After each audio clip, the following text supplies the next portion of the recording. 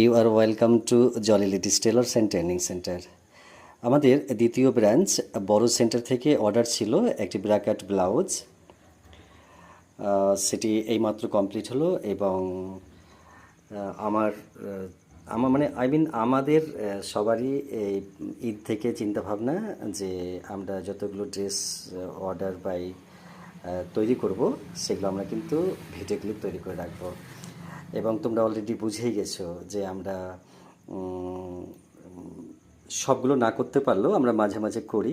যেমন এই মাত্র এই ড্রেসটি বড় সেন্টার থেকে নিয়ে এলাম, লিজা দি আমাদের ট্রেনই দিল।